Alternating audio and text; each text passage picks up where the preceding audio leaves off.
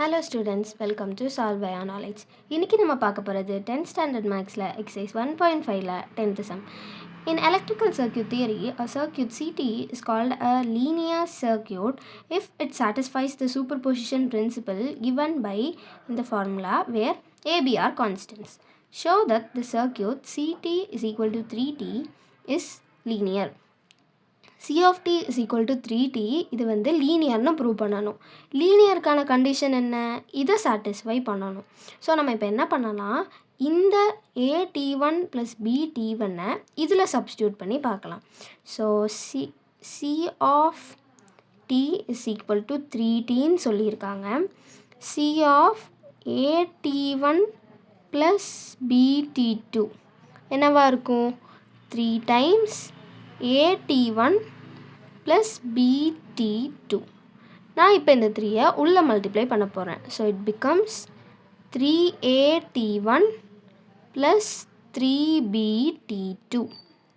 இப்போ இதில் இந்த 3T1ஐயும் 3T2ஐயும் மட்டும் சேர்த்து எழுத போகிறேன். So A × 3T1 + B × 3T2. Already நம்மளுக்கு தெரியும் CT is equal to 3T. அப்போ 3T1ங்கிறது என்னது? 3T1 is equal to CT1.